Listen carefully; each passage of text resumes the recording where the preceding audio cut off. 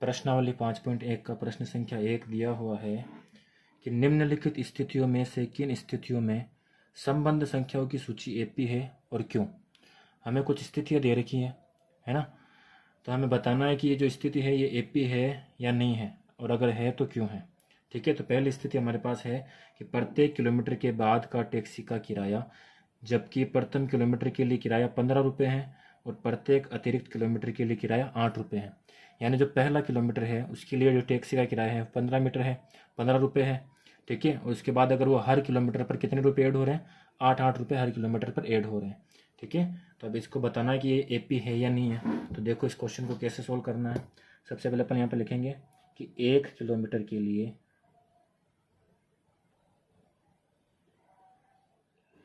1 kilometre के लिए किराया, इसको अपन A1 लिख लेंगे, कितना है 15 रुपये। ठीक है, अब आगे 2 किलोमीटर के लिए कितना हो जाएगा, तो 2 किलोमीटर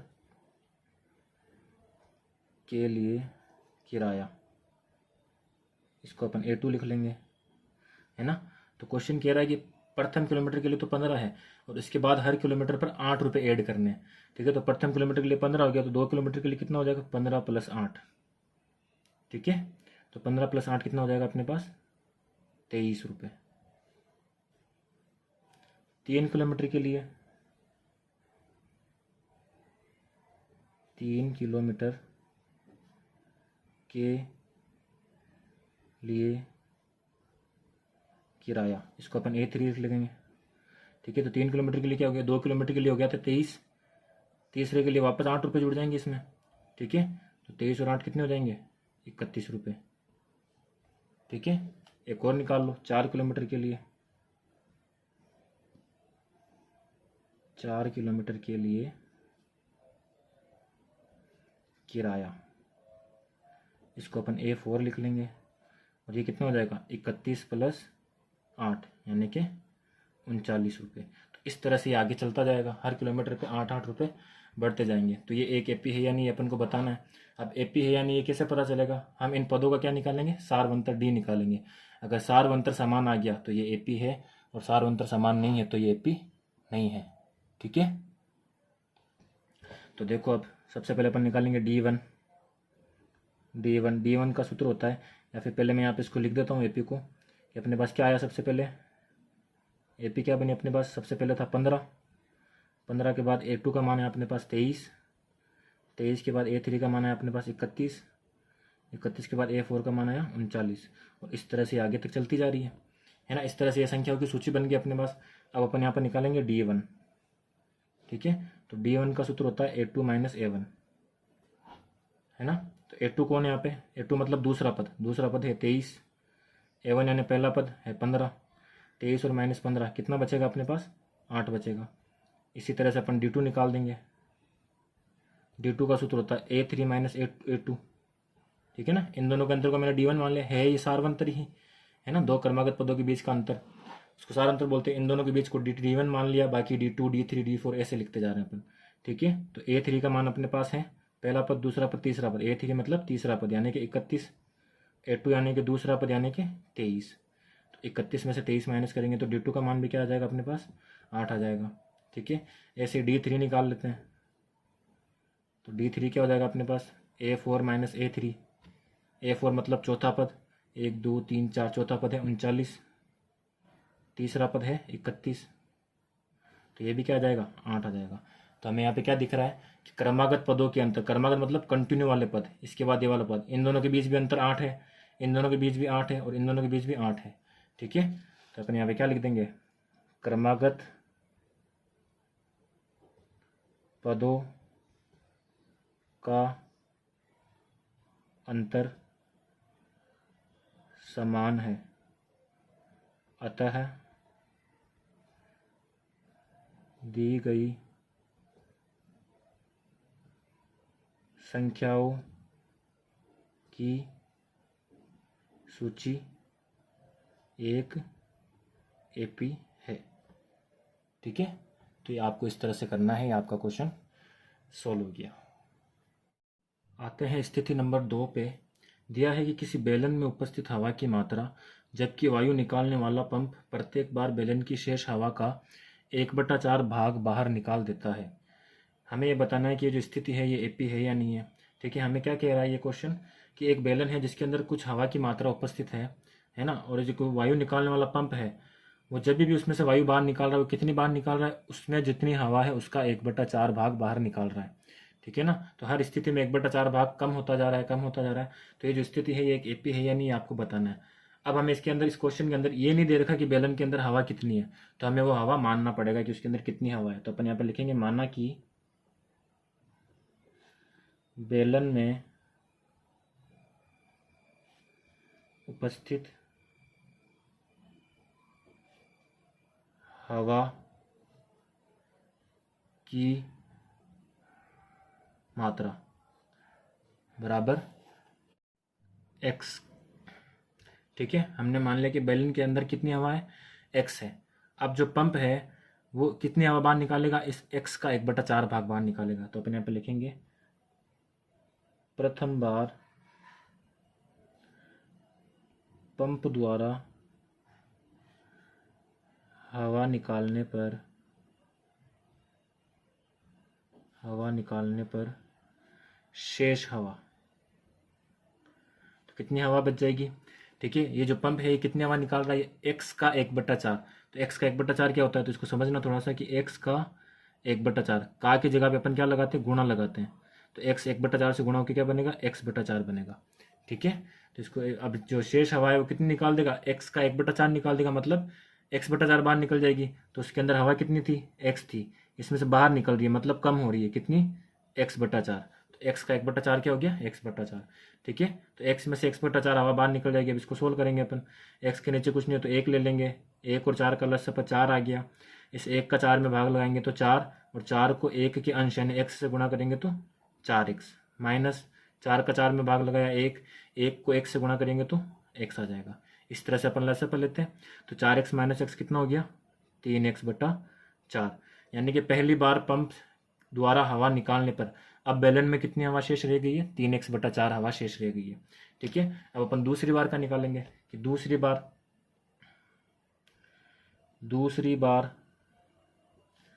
पंप द्वारा हवा निकालने पर शेष हवा। ठीक है, अब कितनी हवा बचेगी, तो अब बेलन में कितनी हवा है, 3x/4 है, 3x/4। ठीक है, इसमें से बाहर निकल जाएगी, बाहर मतलब माइनस निकल जाएगी। इस 3x/4 का 1/4, तो यहाँ पे मैं रफ में लिखता हूँ, देखो 3x/4 का 1/4 यानी ये दोनों गुणा हो जाएंगे, 3x/4 गुणा 1/4, 3x को 1 से गुणा करेंगे 3x, और 4 चौक 16, यानी 3x/4 का 1/4 क्या होता है, 3x/16। तो 3x/4 में से क्या बाहर निकलेगी हवा, 3x/16 हवा जो है वो बाहर निकल जाएगी। ठीक है, अब इसको भी अपन सोल्व कर देंगे। तो 4 और 16 का लस अपन लेंगे अपन तो क्या आएगा, 16 आएगा। 4 का 16 में भाग लगाएंगे तो 4 चौक 16, 4 आया। 4 को इस 3x से गुणा करेंगे तो क्या आएगा, 12x आएगा, माइनस 16 का 16 में भाग लगाया 1, 1 को 3x से गुणा किया तो 3x, और 12 माइनस 3 कितना बचेगा, 9x/16। तो अब दूसरी बार पंप द्वारा हवा निकालने पर बेलन में कितनी हवा रह गई है, 9x/16 हवा रह गई है। ठीक है, अब तीसरी बार अपन निकालेंगे। तीसरी बार पंप द्वारा हवा निकालने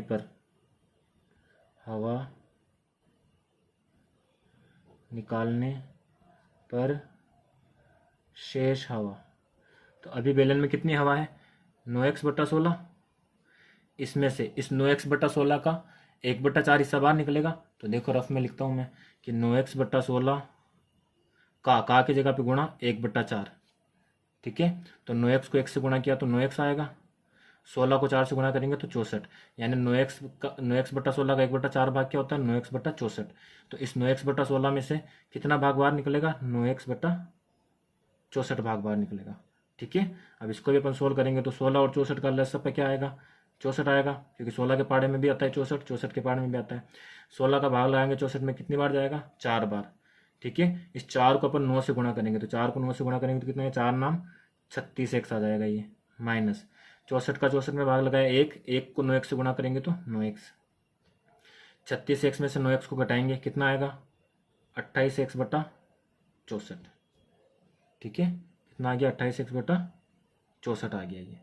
आगे बात समझ में, इसको आप कट भी कर सकते हो, कट करके भी अपन लिख सकते हैं इसको 2 के पार्ट से। तो इसको 2 के पार्ट से कट करेंगे तो अपने पास आ जाएगा 14x बटे 32। ठीक है, वापस से 2 के पार्ट से कट होएगा तो यहाँ पे आ जाएगा 7x बटा 16।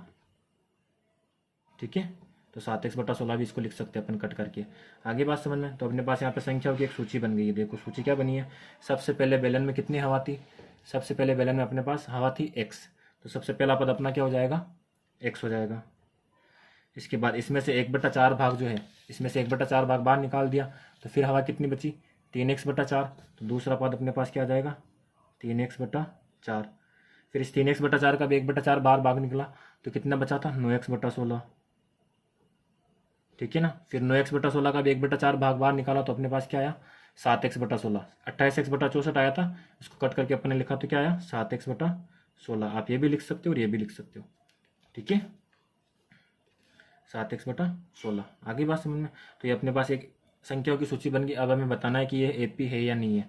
ठीक है, तो एपी के लिए अपन क्या निकालेंगे D1 निकालेंगे। क्या होता है A2 माइनस A1, A2 यानी कि दूसरा पद क्या है 3x बटा 4 माइनस A1, A1 क्या है पहला पद यानी कि x, तो 3x बटे 4 में से x को माइनस करना है। इस x के हर में कोई नहीं है तो अपन 1 ले सकते हैं, वापस चले से 4 आएगा, 4 का 4 में भाग लगाया 1, 1 को 3x से गुणा किया तो 3x माइनस 1 का 4 में भाग लगाएंगे तो 4 आएगा, 4 को 1 से गुणा करेंगे तो 4x आएगा। अब यहाँ पे 3x माइनस 4x है, तो असमान, ये प्लस का है ये माइनस का, असमान चिन्ह तो घट जाएंगे, तो 4x में से 3x गया तो x बचेगा। दोनों में से बड़ी संख्या माइनस की हो तो इसके आगे माइनस लगेगा और बट्टे 4, यानी कि D1 का मान क्या आया अपने पास -x बटा 4 आया। इसी तरह से अपन D2 निकालेंगे। D2 होता है अपने पास A3 माइनस A2। ठीक है ना, यानी तीसरे पद में से दूसरा पद घटाना है। तो तीसरा पद कौन है अपने पास 9x बटा 16 माइनस A2 कौन है 3x बटा 4। ठीक है, इसको सोल्व करेंगे, 16 और 4 का लसाअ लेंगे तो क्या आएगा 16 आएगा। 16 का 16 में भाग लगाएंगे 1, 1 को 9x से गुणा किया तो 9x माइनस 4 का 16 में भाग लगाएंगे तो 4 आएगा, है ना, और 4 को 3 से गुणा करेंगे तो 12x आएगा। ठीक है, अब ये 9 प्लस का है, 9x प्लस का 12x माइनस का असमान चिन्ह तो घट जाएंगे, तो 12 में से 9 गए तो कितना बचेगा 3x, बड़ी संख्या माइनस की तो माइनस बटा 16, यानी कि D2 का मान अपने पास क्या आ गया -3x बटा 16। इसी तरह से D3 निकाल लेंगे अपन। D3 का सूत्र होता है अपने पास A4 माइनस A3। ठीक है, A4 यानी कि चौथा पद अपने पास आया है 7x बटा 16 माइनस A3, तीसरा पद आया है 9x बटा 16। ठीक है, इन दोनों में हर समान है तो लसाअ भी सेम आ जाएगा 16, और अंश को एज इट इज लिख देंगे अपन 7x माइनस 9x। जब हर समान हो तो अंश एज इट इज लिख देते हैं, तो 7x में से 9x असमान चिन्ह तो घट जाएंगे, कितना बचेगा 2x, बड़ी संख्या माइनस की तो माइनस बटा 16। ठीक है, ये 2 के पार्ट से 1 और 8 बार कट जाएगा, तो इसमें क्या आ जाएगा अपने पास, ये आ जाएगा x बटा 8, क्या आ जाएगा माइनस का x बटा 8 D3 का मान। तो यहाँ पे देखो अपने पास D1 का मान तो -x बटा 4 आया है, D2 का मान -3x बटा 16 आया है, और D3 का मान -x बटा 8 आया है। इसका मतलब जो सार अंतर है, क्रमागत पदों का अंतर है, वो समान नहीं है, इसलिए जो दी हुई सूची है वो एक एपी नहीं है। ठीक है, तो अपन को यहाँ पे हिंदी में लिख देना है इसको कि जो क्रमागत पदों का अंतर है वो समान नहीं है, अतः दी हुई सूची एक एपी नहीं है। ये क्वेश्चन आपका खत्म हो जाएगा। यहाँ पे आते हैं स्थिति नंबर 3 पे। दिया है कि प्रत्येक मीटर की खुदाई के बाद एक कुआं खोदने में आई लागत, जबकि प्रथम मीटर की खुदाई की लागत 150 रुपये है, और बाद में प्रत्येक मीटर की खुदाई की लागत 50 रुपये बढ़ती जाती है। यानी कि जो 1 मीटर खोद रहा है वो कुआं, तो 150 रुपये लग रहे हैं लागत। ठीक है ना, उसके बाद हर मीटर पर 50 रुपये जो है बढ़ता जाएगा। ठीक है, तो अब देख अपन को ये बताना है कि ये स्थिति जो है वो एक एपी है या नहीं है। तो अपन यहाँ पे लिखेंगे 1 मीटर खुदाई की लागत। ठीक है, इसको अपन A1 लिख लेंगे, कितना है 150 रुपये। ठीक है, इसके बाद आ जाएगा 2 मीटर खुदाई की लागत, इसको अपन A2 लिख लेंगे। अब 2 मीटर में क्या होगा कि 150 तो 1 मीटर का लग गया, इसके बाद 50 रुपये बढ़ रहे हैं, तो 50 रुपये इसमें प्लस हो जाएंगे। तो कितना हो जाएगा 150 प्लस 50, 200 रुपये। ठीक है, ऐसे ही 3 मीटर खुदाई की लागत, ये हो जाएगा A3।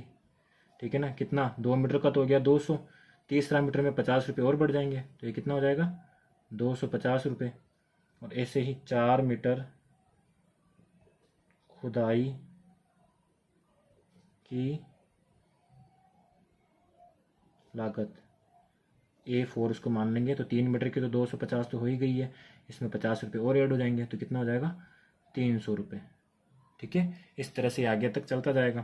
तो हमारे पास यहाँ पर एक संख्याओं की सूची बन जाएगी। क्या बन जाएगी, इसमें पहला पद हो जाएगा 150, दूसरा है 200, तीसरा है 250 और चौथा है 300।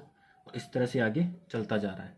ठीक है, अब हमें बताना है ये एक AP है या नहीं है, तो अपन क्या निकालेंगे, क्रमागत पदों का अंतर निकालेंगे। D1 क्या होता है A2 माइनस A1। ठीक है, तो A2 क्या है यहाँ पे 200, A1 क्या है 150, तो 200 माइनस 150 कितना आया 50 आया। इसी तरह से D2 निकाल देंगे, क्या होता है A3 माइनस A2। ठीक है, A3 कौन है 250, A2 कौन है 200, तो ये भी कितना आ जाएगा 50 आ जाएगा। इसी तरह से D3 निकाल देंगे, D3 में क्या हो जाएगा A4 माइनस A3, यानी चौथा पद माइनस तीसरा पद। चौथा पद कौन है 300 माइनस तीसरा पद कौन है 250, 300 में से 250 घटाएंगे तो ये भी क्या आ जाएगा 50। तो D1 D2 D3 का मान क्या आ रहा है सेम आ रहा है, यानी क्या लिख देंगे अपन, क्रमागत पदों का अंतर समान है, अतः दी गई स्थिति या संख्याओं की सूची भी आप लिख सकते हो, स्थिति एक AP है। ठीक है, आते हैं स्थिति नंबर 4 पे। दिया है कि खाते में प्रत्येक वर्ष का मिश्र धन, जबकि रुपये 10,000 की राशि 8% वार्षिक दर से चक्रवर्ती ब्याज पर जमा की जाती है। ठीक है, तो इसको समझने के लिए अपन को कुछ चीज़ें समझनी पड़ेगी कि सबसे पहले मिश्र धन क्या होता है। तो मिश्र धन अपन बोलते हैं उस धन को जो हमने बैंक में जमा भी किया है और उसके ऊपर उसका जो ब्याज है वो उसमें मिक्स हो गया है ना। ब्याज को और मूलधन को मिलाकर जो धन बनता है उसको मिश्र धन बोलते हैं। तो यहाँ पर हम जो मूलधन जमा करा रहे हैं वो कितना है 10,000 रुपये है, वार्षिक दर क्या है 8%। ठीक है, और चक्रवर्ती ब्याज पर जमा की जा रही है, तो अपन को इसका पहले ब्याज भी निकालना पड़ेगा। ठीक है ना, फिर इसको जोड़ना भी पड़ेगा इसके अंदर। इस तरह से क्वेश्चन सोल्व होगा। तो सबसे पहले अपने पास यहाँ पे लिया हुआ है मूलधन लिखा हुआ है, कि सबसे पहले अपने पास मूलधन लिखा हुआ है यहाँ पे, मूलधन जिसको अपन A1 ले लेते हैं, कितना है 10,000 रुपये। अब इसके बाद इस पर ब्याज लग रहा है हर साल का, है ना, कितने की दर से 8% वार्षिक दर से। तो अपन यहाँ पे लिखेंगे कि एक वर्ष बाद मिश्र धन क्या हो जाएगा, मिश्र धन। तो मिश्र धन क्या होगा मूलधन और इस पर लगने वाला ब्याज। अब इस पर ब्याज कितना लगेगा, तो इसके लिए अपन को थोड़ा सा रफ कंसेप्ट समझना पड़ेगा, जैसे मैं आपको समझाता हूँ रफ पेपर पे, कि जो ब्याज निकालने का सूत्र है वो होता है मूलधन गुणा दर गुणा समय बटे 100। ठीक है, इसको अपन शॉर्ट में लिखते हैं P/R/T डिवाइडेड बाई 100। मूलधन अपन बोलते हैं जो राशि हम बैंक में जमा करा रहे हैं, जो कि अपन को यहाँ पर दे रखी है 10,000 रुपये। ठीक है, तो यहाँ पर अपन लिख देंगे 10,000 गुणा दर कितनी है 8%, तो दर हो गई 8%। और समय कितना है वार्षिक दर मतलब 1 साल का समय, तो समय हो जाएगा 1/100। इस तरह से अपन 1 साल का ब्याज निकाल सकते हैं। ठीक है ना, तो 1 साल का ब्याज को सोल्व करेंगे, देखो 2 जीरो से 2 जीरो कट हो जाएगा। ठीक है ना, 100 को 8 से गुणा करेंगे तो कितना हो जाएगा 800, यानी 1 साल का ब्याज कितना आ गया 800 रुपये आ गया। 1 साल का ब्याज कितना आया 800 रुपये। और मूलधन क्या था अपने पास, मूलधन था 10,000 रुपये प्लस ब्याज। ठीक है, तो अपने पास मिश्र धन क्या आ जाएगा, मिश्र धन आ जाएगा अपने पास, यहाँ पे अपने पास मिश्र धन आ जाएगा 10,000 प्लस 800 यानी कि 10,800 रुपये। यानी 1 साल के बाद जो 10,000 रुपये अपन ने जमा कराए थे वो 1 साल के बाद कितने बन जाएंगे 10,800 बन जाएंगे। ठीक है, इस तरह से आपको इस क्वेश्चन को सोल्व करना है। तो 1 वर्ष के बाद मिश्र धन क्या हो जाएगा, मैं यहाँ पे लिख देता हूँ 10,000 प्लस 800, यानी कि क्या हो गया 10,800। ठीक है, अब 2 वर्ष बाद निकालेंगे अपन। 2 वर्ष बाद मिश्र धन। ठीक है, तो 2 वर्ष बाद अब देखो, अब बैंक में कितने रुपए जमा है, अब हमारा मूलधन बन जाएगा 10,800 रुपये। ठीक है ना, तो सूत्र तो वही लगाएंगे अपन मूलधन, लेकिन अब मूलधन क्या बन गया अपने पास 10,800 रुपये। दर अभी भी 8% ही है, समय वही 1 साल का है और बटे 100। ठीक है, यानी हर साल मूलधन चेंज होता जाएगा। इसमें चक्रवर्ती ब्याज वाला कंसेप्ट लगाते तो वो आपको थोड़ा हार्ड पड़ता है, इसलिए मैं आपको इजी तरीके से बता रहा हूँ। इस तरह से भी आप ये क्वेश्चन कर सकते हो। तो इसको अपन सोल्व करेंगे तो वापस 2 जीरो से 2 जीरो कट हो जाएंगे। 108 को 8 से गुणा करना है, तो 108 को 8 से गुणा करेंगे तो अपने पास आएगा 864। ठीक है ना, यानी कि दूसरे साल 10,800 रुपये जो जमा करवाए थे उस पर कितना रुपये ब्याज बन रहा है 864। तो अपने पास मिश्रधन क्या आ जाएगा, मिश्रधन आ जाएगा मूलधन। मूलधन कितना है 10,800 प्लस ब्याज 864। इन दोनों को जोड़ देंगे अपन तो अपने पास आ जाएगा ये 4 6 11,664 रुपये। यानी कि दो वर्ष के बाद मिश्रधन क्या हो जाएगा, तो यहाँ पे मैं लिख देता हूँ 10,800 प्लस 864 बराबर 11,664 रुपये। ठीक है, इसी तरह से अपन 3 वर्ष बाद की निकाल देंगे। 3 वर्ष बाद मिश्रधन। अब तीसरे वर्ष के लिए मूलधन क्या है 11,664, तो वापस रफ पेपर पे जाओ, वापस सूत्र लगाओ 11,664 गुणा दर क्या है अपने पास 8 गुणा समय 1 बटे 100। इसको अब सोल्व करना अपन को। ठीक है ना, तो 11,664 को पहले 8 से गुणा करो, तो 11,664 को अपन 8 से गुणा करेंगे तो 32, हासिल में 3 चला जाएगा, 8 से 48, 48 और 3 अपने पास हो जाएंगे 51, हासिल में 5 चला गया, वापस 8 से 48, 48 और 5 हो जाएंगे 53, वापस हासिल में 5, 8 एकम 8, 8 और 5 अपने पास कितना हो जाएगा 13, फिर हासिल में 1, 8 एकम 8 और 1 9, तो ये आ जाएगा अपने पास 93,312। इसको 1 से गुणा करेंगे तो वापस वही आएगा बट्टे 100। इसमें 100 का भाग लगाना है, तो 100 का भाग लगाएंगे तो यहाँ पे 2 अंक से पहले पॉइंट लग जाएगा, तो हो जाएगा 933.12 रुपये। 933.12, 100 का भाग लगाएंगे तो 2 अंक से पहले पॉइंट लग जाएगा। तो तीसरे वर्ष का जो ब्याज आया है वो क्या आया है 933.12। अब मिश्रधन क्या हो जाएगा, मिश्रधन है अपने पास मूलधन प्लस 933.12, इन दोनों को जोड़ना। तो देखो अब पॉइंट की संख्या को कैसे जोड़ते हैं, 11,664 है अपने पास, इसमें पॉइंट नहीं है तो सबसे लास्ट में पॉइंट लगता है ना। 933 में पॉइंट है तो पॉइंट के नीचे पॉइंट लगाएंगे, 933 को यहाँ लिखेंगे और पॉइंट के बाद में 12 है तो 12 यहाँ लिखेंगे। यहाँ पे कुछ नहीं है तो आप 0 लगा सकते हो। इन दोनों को अपन को जोड़ना है, तो ये एज इट इज़ 12 आ गया, 4 और 3 7, 6 और 3 9, 9 और 6 15, ये 2 और 1, तो कितना बन जाएगा 12,597.12 बन जाएगा ये तीसरे साल का मिश्रधन। ठीक है, तो अपने पास यहाँ पे 3 वर्ष बाद मिश्रधन क्या आया 11,664 प्लस इसका ब्याज क्या था 933.12, तो अपने पास मिश्रधन क्या बन जाएगा 12,597.12 रुपये। ठीक है, इस तरह से तो मूलधन को अपन ने A1 माना था, 1 वर्ष बाद जो है उसको अपन A2 मान लेंगे, ये A3 और ये A4। ठीक है, इस तरह से अपने पास एक संख्याओं की सूची बन जाएगी। क्या बन जाएगी, पहला पद आ जाएगा 10,000, रफ पेपर साइड में कर देते हैं, दूसरा पेपर आ जाएगा 10,800, तीसरा पद आ जाएगा 11,664 और चौथा आ जाएगा 12,597.12। इस तरह से आगे चलता जाएगा।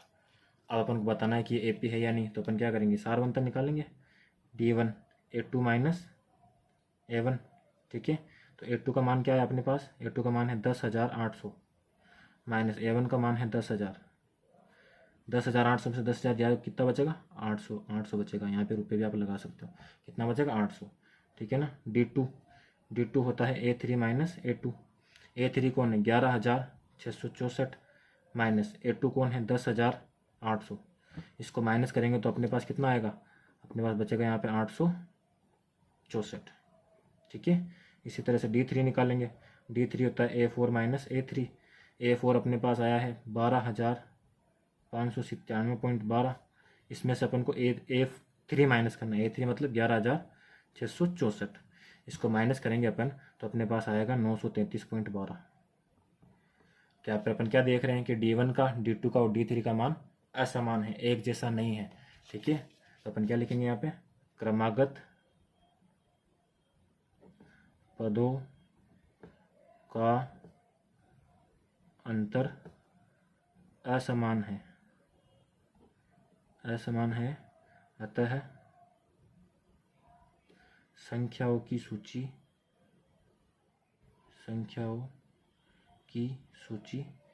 या फिर ये दी गई स्थिति एक एपी नहीं है।